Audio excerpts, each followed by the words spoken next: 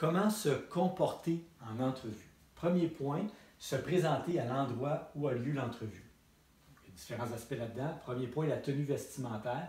Porter des vêtements simples et de bon goût dans lesquels vous vous sentez à l'aise. Vous savez, le matin, quand vous ouvrez votre garde-robe, il y a du linge que vous avez le goût de porter, puis il y a du linge que vous n'avez pas le goût de porter. Normalement, pour l'entrevue, vous devriez avoir quelques morceaux de linge qui passent assez bien en entrevue. Et quand vous ouvrez votre garde-robe le matin, vous vous dites, ben, je pense que je me sentirais bien là-dedans. Il faut que ça soit propre. Il ne faut pas que ça soit chic nécessairement. On ne s'habille pas à l'entrevue comme on s'habille à l'emploi. Vous allez dire, ben, je vais travailler comme horticulteur avec des jeans déchirés puis un T-shirt. Ben, présentez-vous pas à l'entrevue en jeans déchirés, en bottes de travail puis en T-shirt. Ça ne passera pas. Évitez l'autre excès aussi. Overdress, comme ils disent en anglais. Donc, évitez le tailleur, les talons hauts puis la sacoche agencée. C'est peut-être un petit peu exagéré aussi. Donc, quelque part entre les deux. Des vêtements simples, propres, de bon goût. Généralement, c'est correct pour l'entrevue.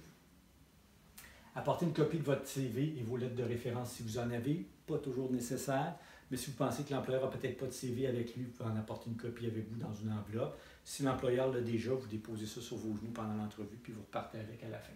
Donc, ça peut être une bonne idée d'emporter une copie de CV au cas, surtout dans les grandes entreprises où le CV s'est promené un peu et l'employeur ne l'a peut-être pas devant les yeux. Ça, c'est important. Arriver quelques minutes avant l'entrevue, pas trop tôt et surtout pas en retard. On s'entend, arriver en retard à une entrevue, ça laisse une très mauvaise impression. Arriver trop tôt, ça peut aussi être désagréable pour l'employeur. Donc, si l'employeur prévoit vous rencontrer, supposons à 14 heures, bien, arrivez peut-être 10 minutes avant. Vous pouvez arriver longtemps d'avance si vous le voulez, puis rester dans votre voiture, prendre des respirations, ou aller vous promener si c'est un centre de jardin, puis vous promener dans le centre de jardin, visiter un petit peu, voir comment ça vous imprégner un petit peu de l'endroit. Mais n'arrivez pas une heure avant l'entrevue devant le bureau de l'employeur. S'il y avait autre chose à faire, peut-être qu'il va se sentir un peu pressé, un peu intimidé, et ça part mal.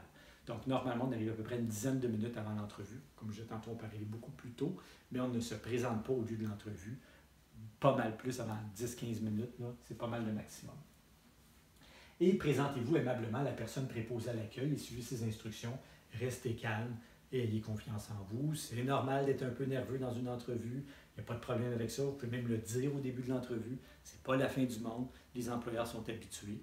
Et, dans le fond, restez calme le plus possible. Dites-vous, c'est qu'une entrevue. Si ça fonctionne, tant mieux. Si ça ne fonctionne pas, ce n'est pas la fin du monde.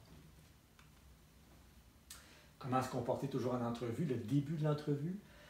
Plusieurs recherches ont démontré que les premières minutes de l'entrevue sont souvent décisives. Ce qu'on appelle la première impression. Donc, essayez de faire bonne impression dès le départ. Sentez-vous, prenez une grande respiration, comme je disais tantôt, présentez-vous avec un sourire. Au cours de cette brève période, le recruteur subit l'effet de la première impression. Si vous faites bonne impression, ça part bien. Si vous vous plantez pour différentes raisons en début d'entreprise, vous nommez pas le bon nom pour l'employeur, puis vous enfargez dans le tapis, puis peu importe, ça ne veut pas dire que vous avez manqué votre coup puis que l'entrevue est terminée. Vous allez avoir peut-être à pédaler un petit peu plus pour remonter la côte, mais ce n'est pas perdu. Donc, gardez confiance en vous. Si c'est mal parti, vous avez des chances de vous rattraper. Celle-ci peut influencer son jugement pour le reste de l'entrevue. Vous devez donc vous efforcer de faire bonne impression tout en restant vrai dès le début. Donc, comme je disais tantôt, vous arrivez, bonne posture, un beau sourire, une bonne poignée de main si c'est possible. Et normalement, ça devrait bien partir. Si vous êtes parti un petit peu tout croche, comme je disais tantôt, ne vous découragez pas. Il y a moyen de rattraper ça. Au début de l'entrevue, voici quelques facteurs qui risquent d'influencer l'employeur. Dites bonjour aux personnes présentes à l'entrevue, présentez-vous, donnez une bonne poignée de main, faites un sourire sincère. La plupart des entrevues, vous allez le faire devant une seule personne, mais ça peut arriver, une entrevue, par exemple dans les municipalités, où vous allez avoir 4-5 personnes devant vous qui vont vous passer l'entrevue. Donc, vous saluez chacune des personnes, vous leur serrez la main si possible, et à chaque fois qu'une personne vous pose une question, vous ne regardez que cette personne-là, vous focussez sur elle. De temps en temps, vous pouvez promenez un peu votre regard, mais vous mettez votre focus à chaque fois sur la personne avec qui vous êtes en train de dialoguer. Donc, ne perdez pas le contrôle. Ce n'est pas parce qu'il y a 5 personnes que vous devez regarder s'ils vous regardent. Là. Oui, ils vous regardent probablement, mais mettez ça de côté. Allez-y, une personne à la fois, le plus possible. Ne vous asseyez pas tant qu'on ne vous l'ait pas offert. S'il ne le fait pas, demandez poliment la permission de vous asseoir. Ça, les gens trouvent ça bizarre des fois, mais quand vous arrivez en entrevue dans le bureau d'un employeur, vous êtes chez lui, vous êtes dans son univers, dans son domaine. Donc, vous ne tirez pas la chaise puis vous asseoir pendant qu'il est encore debout, ça fait malpoli. Ce qu'on fait normalement, c'est qu'on va s'installer à côté de la chaise. Normalement, l'employeur va s'asseoir et va vous dire, vous pouvez vous asseour et vous asseyez à ce moment-là. Si jamais l'employeur s'assoit et qu'il ne vous a pas dit de vous asseoir, demandez poliment, je peux m'asseoir, et dans 99,9% des cas, l'employeur va dire oui. Pour une raison très simple.